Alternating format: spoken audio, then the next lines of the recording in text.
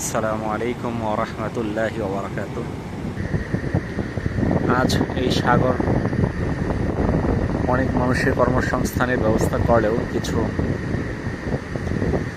মানুষের দায়িত্বহীনতার কারণে জলজ পরিবেশের অনেক ক্ষতি হচ্ছে।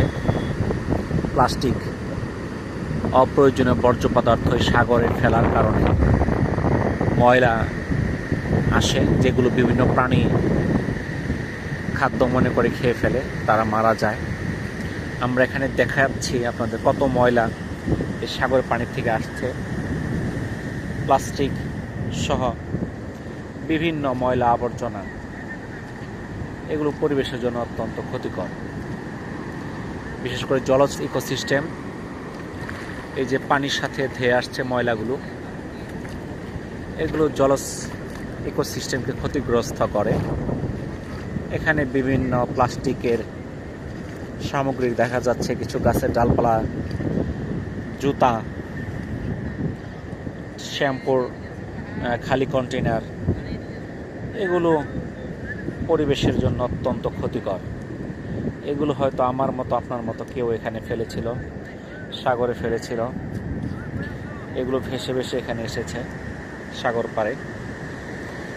এগুলো পরিবেশের জন্য ক্ষতিকর। অসংখ্য প্লাস্টিকের সামগ্রী এখানে হিসাব করে শেষ করা যাবে না, যেদিকে দেখানো যাবে শুধু প্লাস্টিক, প্লাস্টিকের বোতল, জুতা, বিভিন্ন জিনিস আছে এখানে। যদিও গাছের কিছু ডালপালা আছে, এগুলো একসময় পচে যায়, কিন্তু এই যে প্লাস্টিকের বোতলগুলো, এগুলো পচবে না, এই জুতাগুলো পচবে না। এই জুতাগুলো পরিবেশকে নষ্ট করবে, জলজ ইকোসিস্টেম নষ্ট করবে। এখানে যে বোতল দেখা যাচ্ছে, প্লাস্টিকের জুতা, যেখানে দেখছি জুতা, এই যে প্লাস্টিক, অসংখ্য এনে হিসাব ছাড়া ময়লা, এগুলো অবশ্যই আমার মতো আপনার মতো কেউ এখানে ফেলেছিল। এই পরিবেশকে দূষিত করছে এই ময়লা আবর্জনাগুলো। এগুলো আমাদের সচেতন হওয়া প্রয়োজন। জলজ পরিবেশ ইকোসিস্টেম আমাদের সংরক্ষণ করা আমাদের দরকার,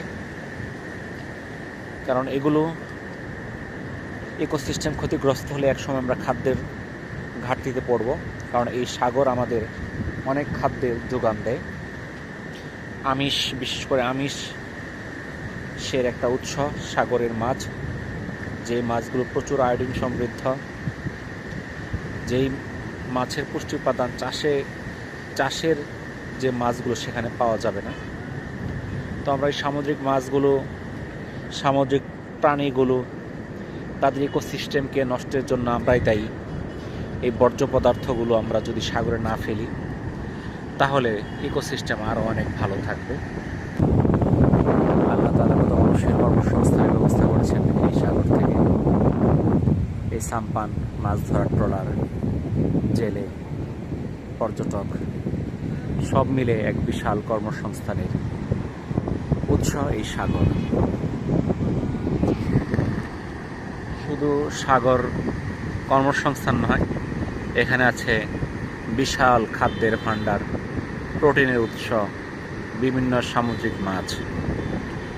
এই সাগরের বিস্তীর্ণ জলরাশিতে রয়েছে অসংখ্য মাছ, জীবজ প্রাণী বৈচিত্র্য এই সাগর ধারণ করে আসছে।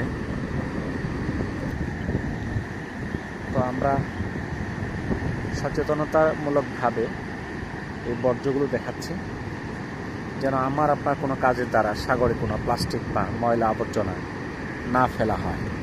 সকলের কাছে অনুরোধ রইল। সবাইকে ধন্যবাদ। আসসালামু আলাইকুম ওয়া রাহমাতুল্লাহি ওয়া বারাকাতুহু।